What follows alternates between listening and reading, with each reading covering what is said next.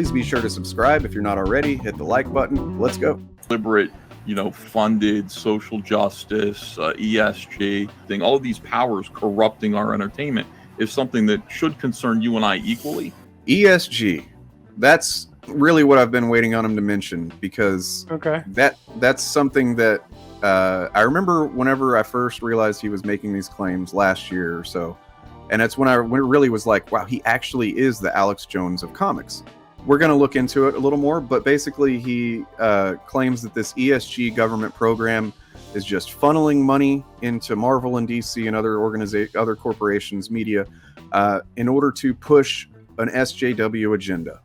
That it's, all about pushing, trans ideology, queer ideology, diversity and stuff, and that it's actually government funded.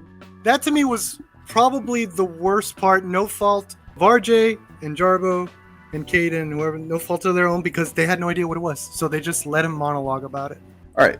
So what is ESG, and why is Ethan kind of just, he slipped it in there and glossed over it and just kind of planted that seed to make people go, oh, they're doing something kind of sinister behind the scenes or whatever. ESG, environmental, social, and governance criteria. This is from Investopedia. Come from a range of backgrounds over 20 plus years. There have been thousands of expert writers and editors, and this is, finance. It's about investing. When you talk about Marvel, DC, Warner Brothers, Disney, they get their capital from investors. There are, other companies, rich people that look at what these, media companies are planning to do, what they're doing, and they go, I have faith in that. I'm going to put some money into it because I'll get money out. I'll profit if I invest in this, right? It's a pretty simple concept. But what is ESG in terms of that? Environmental, social, and governance, ESG criteria, are a set of standards for a company's behavior, usually by socially conscious investors, to screen potential investments. Environmental criteria consider how a company safeguards the environment, including corporate policies addressing climate change, for example. Social criteria examine how it manages relationships with employees, suppliers, customers, and the communities where it operates. Governance deals with the company's leadership, executive pay, audits, internal controls, and shareholder rights. In summary, so far, it's a set of criteria that I think was enacted by the Obama administration. It's a mutually beneficial thing for both companies and investors, right? It's a function of capitalism that makes capitalism more efficient, actually, and makes, when it comes to environment and social issues, it makes sure that these companies are considering these criteria and that investors know that these companies are meeting these criteria. Does that make sense? So far? Key takeaways. Environmental, social, governance criteria are used to screen investments based on corporate policies and to encourage companies to act responsibly. I don't see how that's controversial. I really don't. It's just a kind of a regulation. It's almost like a social contract that makes sure that that the companies are acting responsibly, that they're not exploiting their workers. They're not letting any black people or people of color or queer people, they're not shutting them out from positions in the company.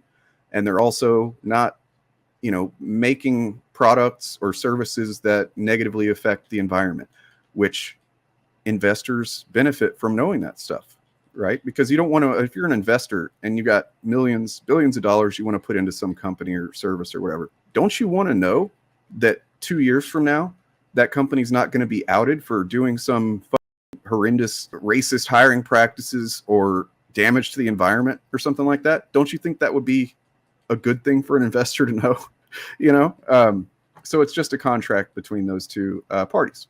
Well, just to answer real quick, for anybody that's curious why we're talking about this, because Ethan has claimed that this, in Alex Jones style, he has claimed that Marvel and DC and other companies are actually being paid by the government to do this, to force their social, progressive social values into the comics, into the movies, into the culture. And it's all like some insidious agenda to basically, to make transgender people, I think. I don't know what they think. But basically, you said the Alex Jones things. This is the company that's making all the movies gay, okay?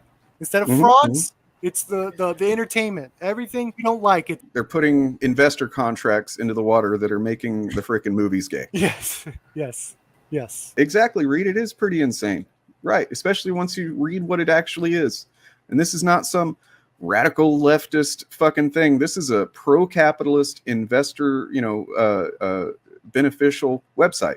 It's nothing leftist about it. This is just facts. ESG criteria can also help investors avoid investment losses when companies engage in risky or unethical practices. That's what I just said. So it's confidence for investors that they're not investing in something that is going to be shady down the line or lose them money, which is the main priority.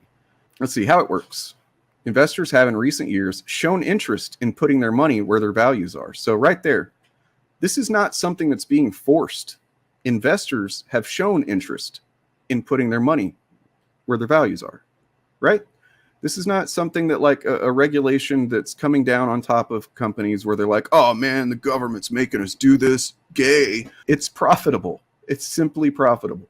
As a result, brokerage firms and mutual fund companies have started offering exchange-traded funds and other financial products that allow ESG criteria. ESG investing is sometimes referred to as sustainable investing. Okay. Responsible investing, impact investing, or socially responsible investing. And that's ultimately the problem when it comes to the right with Ethan Van Sciver, is that socially responsible thing. Because what is the right all about these days? They think that any attempt to level the playing field or create equity for people of color, queer people, disabled people, whatever kind of people that aren't cis, hetero, white, male, that any attempt to level the playing field or give other groups that haven't historically had a foot in the door, a foot in the door, not to give them an equal outcome, like some people like Jordan Peterson like to say. It's not about equal outcome. It's about equal access. It's about even letting them in the fucking gate to compete or to be part of these industries. And to them, that's woke. That's, going to be the downfall of America. It's so fucking absurd. One day we got to ask them to connect the dots for us. Like, hey, connect the dots from this being followed, this practice being followed to end of the world. I want to know. Yeah, let's draw that line for me. Draw that line, please. Listen, 58%. This is the share of respondents to a survey by Investopedia and Treehugger who indicated increased interest in the idea that this is being forced. Of course, there's probably some companies that are like, this isn't what, this goes against our bottom line, or they don't trust it, or they're just run by conservatives. So they think that this is the same thing Ethan pretends it is. So Marvel and I guess DC too adhere to this to some degree. I don't doubt Marvel does. You look at the content they've been putting out, especially in phase 4, they've been diversifying, so to speak, the types of perspectives and characters and stories represented. You look at Ms. Marvel, Shang-Chi, so on and so forth. And the thing is, these things are popular. If Marvel wasn't making a fucking killing, they would stop this shit immediately. They actually made so much money. They become the most successful entertainment studio in fucking history that they allowed themselves the wiggle room to experiment some. And that's, a lot of people say that phase 4 is a disaster. I think that it's taken alternative approaches to the types of stories, and they've earned that. Feige isn't sweating if Ms. Marvel doesn't get the numbers that, WandaVision did. He's not like fucking, oh no, that's the end of MC. No, they knew that there's a possibility and they took risks anyway. Yeah. Anyway.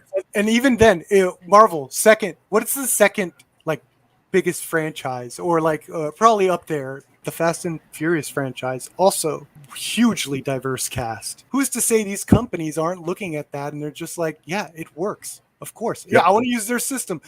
Sign me up for that. And like I always try to say, yes, on a corporate level, probably in many examples, this stuff is done with a profit motive in mind, first and foremost, right? Like they're like, oh, this, diverse content is trending upwards in sales or whatever. And so, yeah, let's lean into that. Of course, because that's capitalism. You're going to have the people at the very top that are going to be looking at that over anything else. They're maybe not even concerned with the social aspect of it. But when it comes to media like this, the creatives do care. You can look at any of the people that are currently writing quote unquote woke Marvel books, and the things like these, they're representative of the communities that they're writing about in many examples. And, they are of those communities themselves, and they're not doing it cynically. They're doing it because for one thing, they understand that diverse perspectives makes for better storytelling. They're doing it because they have an appreciation for the fact that these industries, this media is historically white, male dominated. I say all the time, the horror genre the movies are flourishing since more women have come out and are making some bangers now. We're getting such fresh perspectives, such awesome stories, and it's no coincidence that horror movies are some of the only original stories still making it to the theater. Okay? That's because it's been opening the doors. Thank you, Jordan Peele, for opening the doors to so many. A little more detail on this, just to say that we did. What's some of the criteria? All right, we mentioned what it is. There's criteria. So what is the criteria? Environmental, that's really not the one we're looking at, but let's mention it. May include corporate climate policies, energy use, waste, pollution, natural resource conservation, treatment of animals. Look, I don't know any reasonable person that would be upset that companies might be held to a better standard on this, or that investors are investing based on those standards. Yeah.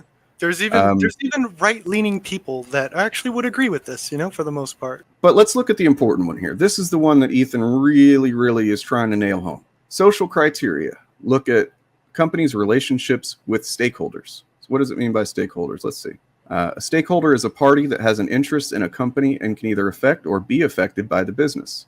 Primary stakeholders in a typical corporation are its investors, employees, customers, suppliers. So the people in the orbit and in the system of a given corporation, the people that, it would affect. Whatever this company does, it affects in one way or another.